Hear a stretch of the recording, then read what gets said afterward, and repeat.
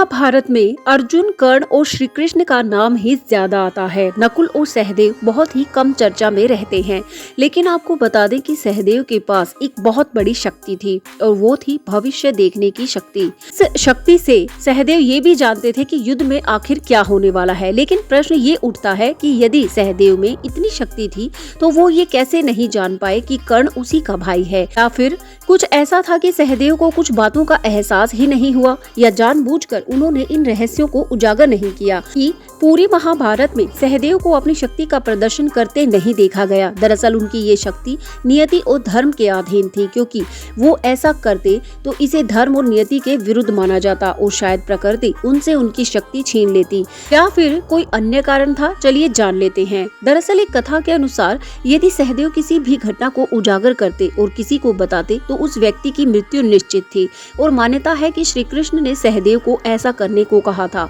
अन्यथा संसार में धर्म स्थापना का श्री कृष्ण का उद्देश्य अधूरा रह जाता। ये हो सकता है सहदेव कर्ण की सत्यता जानते हो, लेकिन प्रतिकूल प्रभावों के भय के कारण चुप रहे हों।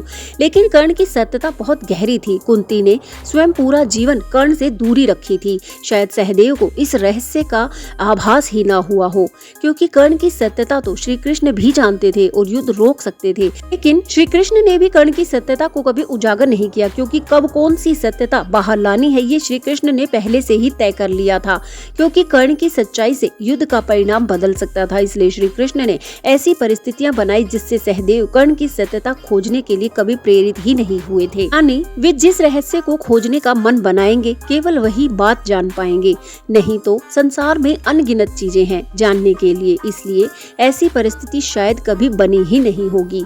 इसलिए शायद कभी उन्होंने अपनी माँ के अतीत को जानने का प्रयत्न ही नहीं किया था। आपकी इसके बारे में क्या राय है? क्या आप भी मानते हैं कि सहदेव को कर्ण की सत्यता उजागर कर देनी चाहिए थी, या फिर इसके परिणाम के भय से सहदेव चुप रहे हों? आपकी इस विषय के बारे में क्या राय है? कमेंट करके जरूर बताएं, और ऐसे ही वीडियोस के लिए चैनल को सब्सक्राइब जरूर करें।